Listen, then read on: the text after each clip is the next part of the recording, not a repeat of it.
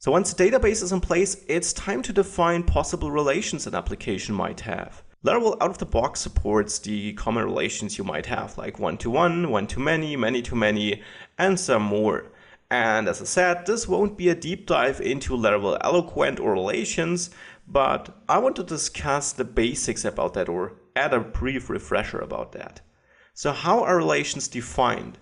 In a model file, the PHP file created with the make model command, for example, you basically add a function to set up a relation. So in the post file, in the post model, you might add the comments function, and the name is up to you, but it makes sense to give this function a name which describes the relation, so comments, because a post might have multiple comments. And all this function does, or all this method does, is it returns the has many method on that model, because all the models using Eloquent inherit from the Eloquent base model in Laravel, and this offers all those relation functions or methods here. So we return this has many method on this model, and as an argument you pass the path or the namespace of the model to which you want to set up a relation. So in this example here, the comment model in the app folder or in the app namespace. With this method, this relation is set up, at least in the post model. You would have to add the inverse with the belongs to method in the comment model too.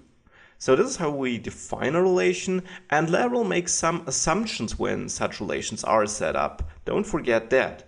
For example, it has to assume the foreign key name or foreign key table field, because if we stick to the comment and post example, once a new comment is added and related to a post, this comment will have a field, post ID for example, and this will be the default Laravel infers, where the ID of the related post will be stored.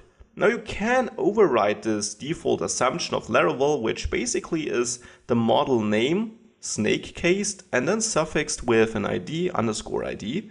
You can override this, but I won't dive into that right now here. You may look it up in the documents attached to this module though. Another important assumption of Laravel is when you define many-to-many relationships where you have a pivot table holding that connection.